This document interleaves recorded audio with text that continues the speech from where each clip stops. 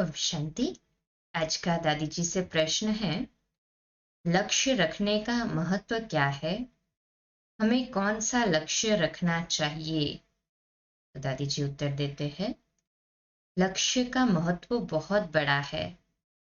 लक्ष्य जैसे हमारे आगे आईना है। आईने में देखने से पता चला है मेरे में क्या कमी है और क्या बनना है। पहला लक्ष्य हो कि हमें बाबा के समीप आना है और इसके लिए दिल साफ हो। सभी ने बाबा के पास अपने दिल साफ रखी है ना? कहे हाँ जी बाबा। अच्छी पढ़ाई पढ़ने वाला समीप रहता है। वह अलबेला व आलसी नहीं होता है। जो आलसी व अलबेले नहीं, वह बाबा के नजदीक आ जाते हैं। आलस्य ही दूर ले जाता है। भगवान का बच्चा आलसी हो शोभा नहीं देता। उसकी शक्ल मुरझाई हुई रहती है। जो आलसी बच्चा होगा उसकी शक्ल तो मुरझाई हुई होगी ना, पुरुषार्थ में भी तीव्रता नहीं होगी। तो विशेष अटेंशन। हाँ, अपनी शक्ल को देखे। मुस्कुराती हुई शक्ल है ना सभी की, हाथ ऊपर करे। वह न तो ठीक पढ़ सकता है न पालना ले सकता है। जिसकी शक्ल ही मुरझाई हुई हो वो खुद क्या ठीक पढ़ेगा या खुद क्या पालना देगा। न ही लक्ष्य का सिमरण करके लक्ष्य की स्मृति में रह सकता है। जो करना है सो अब कर ले, यह जोश चाहिए। पुरुषार्थ में ठंडाई नहीं चाहिए। अवस्था शीतल हो, स्वभाव शीतल हो, लेकिन पुरुषार्थ शीतल न हो। जो अलबेलापन और आलस्य छोड़ता है वह बाबा के समीप आ जाता है। वह किसी को भी नहीं देखता। प्रॉब्लम आई, बाबा से शक्ति मिल गई। कहां पर भी मूंझने की जरूरत नहीं। बाबा कुछ भी न बोले, उसके सामने आ जाओ तो भी बहुत शक्ति मिलती है। बाबा के सामने आने से ही करंट आती है।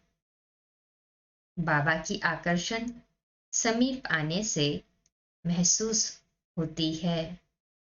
अटेंशन रहे, कोई भी कमी के कारण मैं बाबा से दूर न हो जाऊं। खुद के ऊपर इतना ध्यान दें। पुरानी बातें व पुराने संस्कार स्वभाव बहुत कड़े हैं, उनसे हमें छूटना है।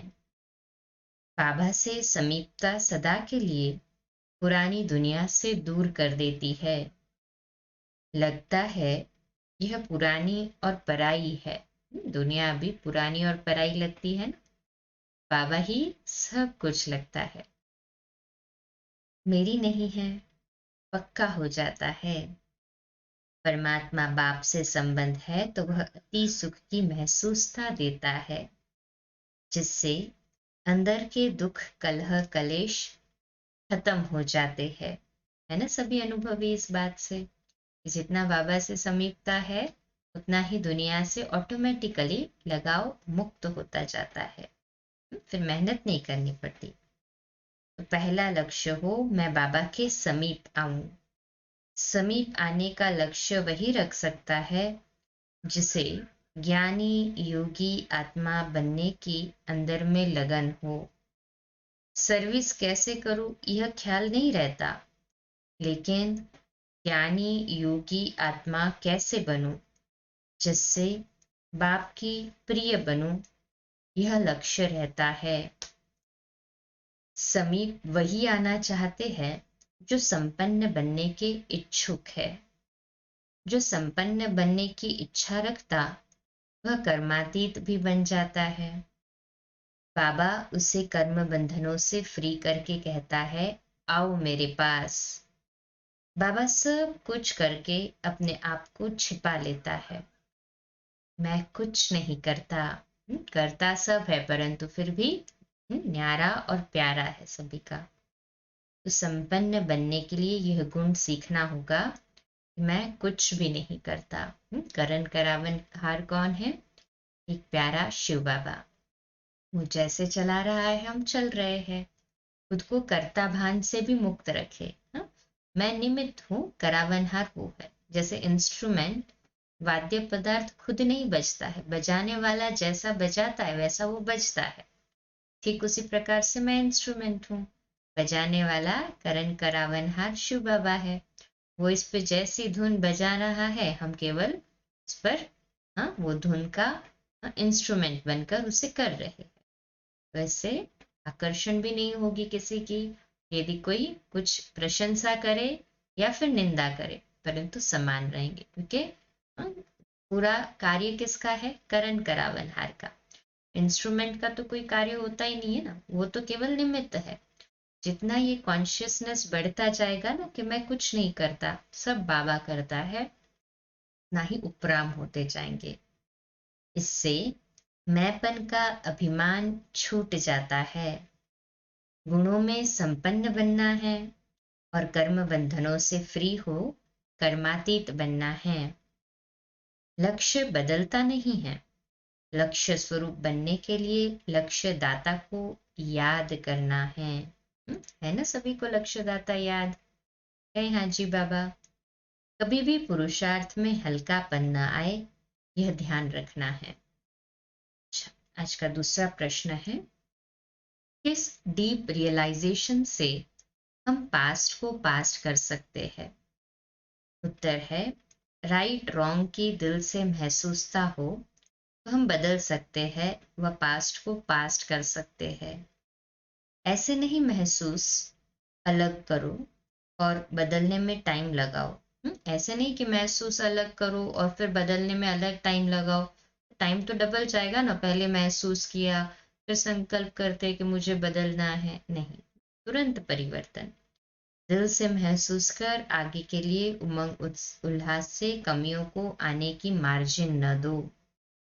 रियलाइजेशन हो कि इस कमी में कितना नुकसान है, यह कमी निकल जाए तो कितना फायदा है। जो भी मुझ आत्मा में कमी है उसे निकालने की विधि है, एकांत में बैठ 5 मिनट भी सोचो।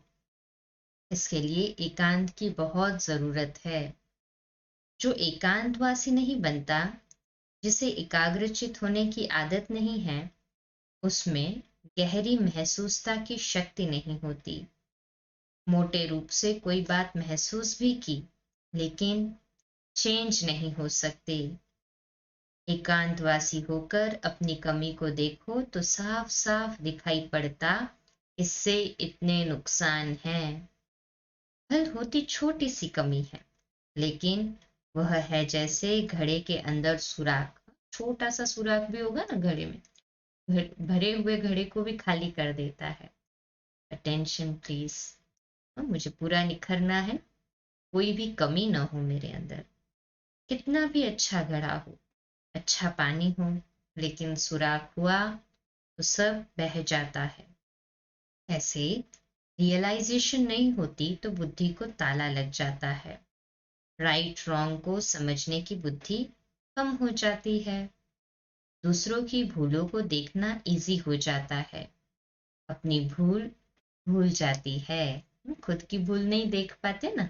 हाँ, खुद को लगता है देह अभिमान के कारण कि मैं तो परफेक्ट हूँ, परंतु अपने आप को यदि दूसरों के नजरिए से देखेंगे ना, पता चलेगा मुझे भी कहीं कहीं अभी परिवर्तन होना है। और सबसे बड़ा आधार हमारी परख का श्रीमत अर्थात बाबा की मुरली है।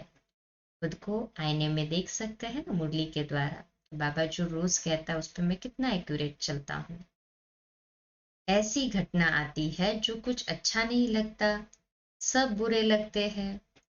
जब बुद्धि को ताला लगता है तो सबके अवगुण दिखाई पड़ते हैं। यह राहु का ग्रहण है। इसलिए भगवान ने जो समझ दी है उसकी रक्षा करो। बुद्धि को फालतू बातों में यूज न करो। अपना बोझ उतारा ही नहीं, दूसरे का बोझ सिर पर क्यों चढ़ाए? जो दूसरों का बोझ सिर पर रखता है, उसकी बुद्धि में ज्ञान नहीं बैठता। उसे सुनते सुनते भी नींद आ जाती है। Attention please. नींद आ रही है ना, माना बुद्धि में ज्ञान नहीं बैठ रहा है, तो अपने आप को सावचेत कर दे। कुछ पल्ले ही नहीं पड़ता है। महसूसता शक्ति उसे आती जो समझता भगवान ने मुझे बुद्धि दी है, मैं बुद्धि को फालतू बातों में वेस्ट न करूं। अगर बुद्धि क्लियर नहीं होगी तो योग नहीं लगता। योग लगाना हो तो पहले बुद्धि को स्वच्छ बनाओ। हिम्मत और उमंग के आधार से जो पास्ट हुआ उसे पास्ट कर दो। तो कर दिया ना पास्ट को पास्ट, बीती को बिंदी लगा दो। हिम्मत और उमंग उत्साह बहुत आवश्यक है इसके लिए। अच्छा, ओम शांति। 2 मिनट शक्तिशाली योग का अभ्यास करेंगे। योग के प्रयोग द्वारा विशेष बाबा के घर के लिए शक्तिशाली प्रकंपन फैलाएंगे संगठित योग द्वारा।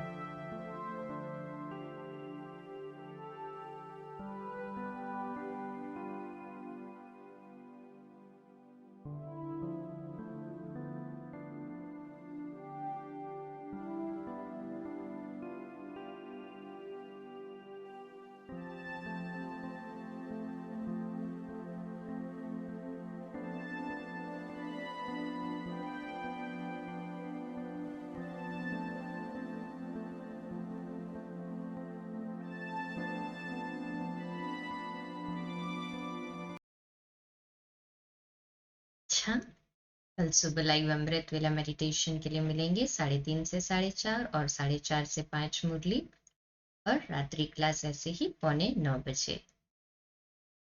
शुभ रात्रि। आज विशेष बाबा ने जो हमें वरदानों की पालना दी, बाप और परिवार के स्नेही बनकर रहे। रात्रि सोने से पहले बाबा को चार्ट देंगे, तो मन ही मन बाबा को अपने मन की अवस्था भी बता दे कि आज हम बाबा के और परिवार के स्नेही कितने परसेंटेज में बनकर रहे। देंगे ना सभी?